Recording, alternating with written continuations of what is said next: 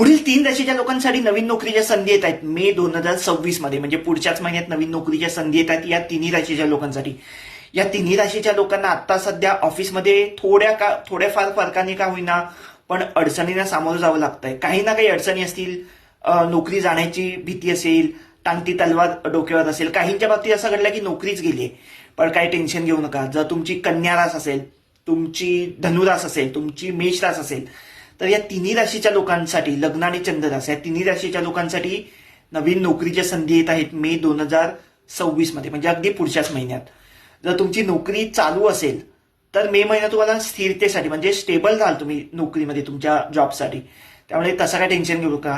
कन्या राशीसाठी जर job switch करायचा आहे, तुम्हाला नोकरी बदलायची असेल तर मे महिना चांगला आहे. तसंच मेष राशीसाठी सुद्धा नोकरी स्विच करायची आहे, जॉब स्विच करायचं तर मे महिना चांगला आहे. धनु राशीसाठी थोडंसं थांबा, एक 2-3 महिन्यांनी योग येतील तुम्हाला. नोकरी